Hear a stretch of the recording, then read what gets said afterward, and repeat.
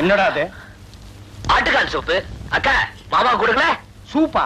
டேய், உங்க அக்காவுக்கு சூப் வைக்க தெரியுங்கிறத நீ வந்ததுக்கு அப்புறம் தான்டா எனக்கு தெரியுது. ஏண்டி, என்னைக்காச்சும் ஒரு நாள் இந்த வாசனையாவது எனக்கு நீ காட்டியிருக்கிறியா? மாமா சூப் சூப்பர். மோந்து பாருங்க. பாத்தியாடி, உன் தம்பி என்ன மோந்து பார்க்க சொல்றான். நான் என்ன நாய் பரம்பரையா?